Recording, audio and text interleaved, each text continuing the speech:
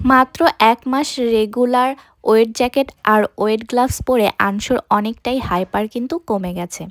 বাচ্চারা অ্যাক্টিভ হবে এটা নর্মাল, কিন্তু অতিরিক্ত হাইপার অ্যাক্টিভ হওয়া কিন্তু একদমই নর্মাল নয়। তাই আপনার বাচ্চারাও যদি অতিরিক্ত অ্যাক্টিভ হয়, মনোযোগ দিয়ে কথা না শোনে, একভাবে স্থির হয়ে না বসতে পারে, তাহলে অবশ্যই ডাক্তারের সাথে যোগাযোগ করুন। So hey guys, welcome back to my channel. কেমন আছো তোমরা সবাই? নিশ্চয়ই ভালো আছো, আর আমি তো সবসময় ভালো থাকি।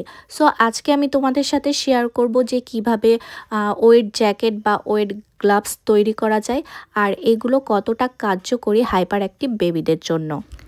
ওয়েট গ্লাভসটা আমি থেরাপি সেন্টার থেকেই পেয়ে গেছিলাম। এই ওয়েট গ্লাভসটা প্রায় 2 কেজির মতন ওজন, একটা গ্লাভসে 1 কেজি। তো এটা খুব সুন্দরভাবে লক করা যায় হাতে। অনেক hyper active baby, ADHD baby বা অটিজম বেবিরা অকারণেই হাত নাড়াতে থাকে।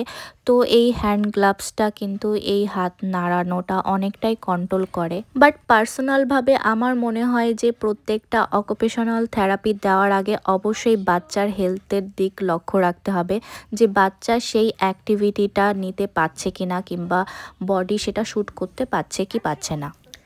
আর বাচ্চার হেলথের সাথে থেরাপির সেই অ্যাক্টিভিটিটা যদি শ্যুট না করে, তাহলে অবশ্যই সাথে সাথে সেই অ্যাক্টিভিটিটা স্টপ করে দেওয়া উচিত, না হলে কিন্তু হিতে বিপরীত হতে পারে। সো চলো এবার আমি তোমাদের সাথে শেয়ার করি যে কিভাবে এই ওয়েট জ্যাকেটটা আমি তৈরি করেছিলাম।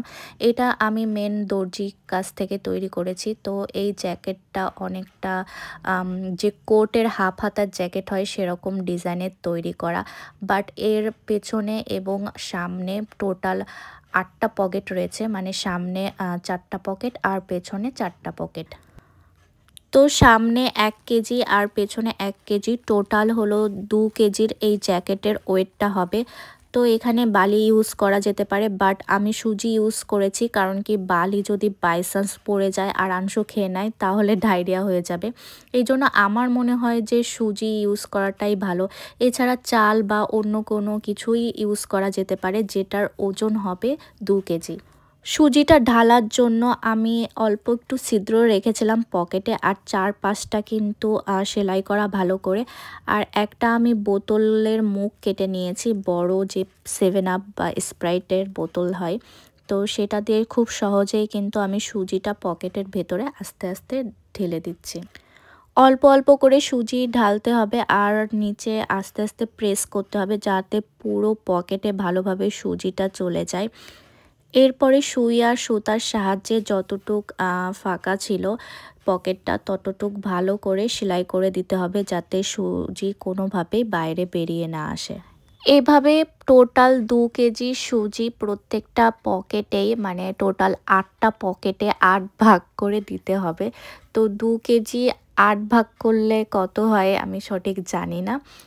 যাই হোক, আমি টোটাল 8টা সুজির প্যাকেট নিয়েছিলাম। প্রত্যেকটা পকেটে আমি মানে একটা করে সুজির প্যাকেটই দিয়েছিলাম। এই ওয়েট জ্যাকেট আর ওয়েট গ্লাভস মাত্র 1 মাস রেগুলার ইউজ করলে কিন্তু বাচ্চার হাইপার প্রচুর কমে যাবে। হাইপার অ্যাক্টিভিটি কমানোর জন্য ওয়েট জ্যাকেটটা দিনে 3 ঘন্টা পরাতে হবে। আর ওয়েট জ্যাকেটটা পরিয়েই কিন্তু যেসব কাজ আছে, মানে বিহেভিয়ার থেরাপির যেসব কাজ আছে সেগুলো সহজেই করানো যায়। আর যে ওয়েট গ্লাভসটা আছে সেটা সবসময় পরানোই ভালো, শুধুমাত্র খাওয়া, ঘুম বা স্নান করা বাদে। তো প্রথম দিকে এইভাবে ফলো করলে মাত্র 1 মাসের ভেতরেই কিন্তু হাইপার অ্যাক্টিভ বেবি অনেকটাই শান্ত হয়ে যাবে। অ্যাকচুয়ালি আমাদের মধ্যে বেশিরভাগ মানুষেরই কিন্তু হাইপার অ্যাক্টিভের প্রবলেমটা রয়েছে, সেটা বড় হোক বা ছোট। তবে কারো পরিমাণটা বেশি, কারো পরিমাণটা কম। তাই যার যে পরিমাণ সেই পরিমাণ অনুযায়ী তার সেই ধরনের প্রবলেমগুলো ফেস করতে হয়। বাচ্চার বয়স যদি খুবই কম হয়, তাহলে তাকে বিহেভিয়ার থেরাপি বা অকুপেশনাল থেরাপির মাধ্যমে খুব সহজেই হাইপার অ্যাক্টিভিটা কমানো যায়। আর বাচ্চার বয়স যদি একটু বেশি হয়, লাইক 5 ইয়ার্স বা 10 ইয়ার্স প্লাস, তাহলে তাকে বিহেভিয়ার থেরাপি, তার সাথে সাথে যোগা, সুইমিং, ডান্স, ড্রয়িং এগুলো দিলে কিন্তু খুব সহজে তার হাইপার অ্যাক্টিভিটিটা কমে যায়। আর সে সহজেই তার কোনো কাজে কিংবা পড়াশোনায় ফোকাস দিতে পারে, স্থির হতে পারে, আর মনোযোগ দিয়ে সব ধরনের কাজ করতে পারে। সো গাইস, এই ওয়েট জ্যাকেট বা ওয়েট গ্লাভস পরে আনশু কিন্তু আগের থেকে অনেকটাই হাইপার অ্যাক্টিভিটিটা কমে গেছে। এখন ও স্থিরভাবে প্রত্যেকটা বিহেভিয়ারের ক্লাসটা টানা আধা ঘন্টা থেকে শুরু করে 1 ঘন্টা বসে করছে, দৌড়াদৌড়ি ঝাবাঝাবি করছে না। সো দেখা যাক কতদূর কি ইমপ্রুভ আমি ওকে করাতে পারি। তো তোমাদের ভিডিওটা কেমন লাগলো অবশ্যই কিন্তু কমেন্টে জানিও, আর যদি ভালো লেগে থাকে তাহলে লাইক আর শেয়ার করে দিও।